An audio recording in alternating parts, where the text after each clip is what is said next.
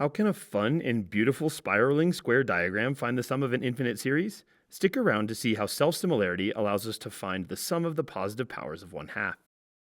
Start with a unit square with side length 1 and area 1. If we connect the midpoints of the sides, we get another square that's exactly 1/2 the area of the original. You can see this by shading the 4 triangles outside that square and rotating them to fill the inner square. You can also just apply the Pythagorean theorem to see the side length of the inner square is the square root of 1/2. If we leave the 4 outer triangles shaded as shown, we have shaded an area of 1/2 so far.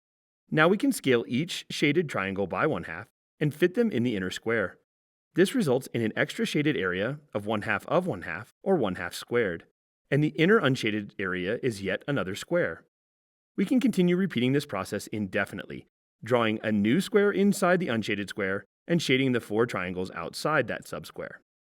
Each time we do this, we add another positive power of 1/2, as the unshaded square is always half the area of the previous square. We can continue this process indefinitely to get a shaded area in the square represented by the infinite sum of the positive powers of 1/2.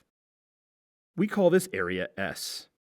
In order to find the value of this area, we can either look at the diagram for a formula for the sequence of partial sums, or we can use the fact that the area has a self-similar property. It's similar to a scaled copy of itself. More formally, here is how you use self-similarity.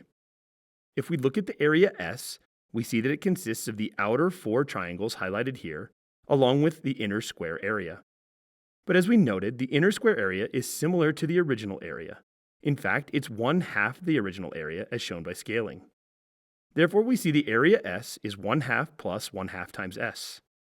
From this, we can subtract half of S on both sides and multiply by 2 to see that S is exactly equal to 1. So we have used a unit square to geometrically sum an infinite series.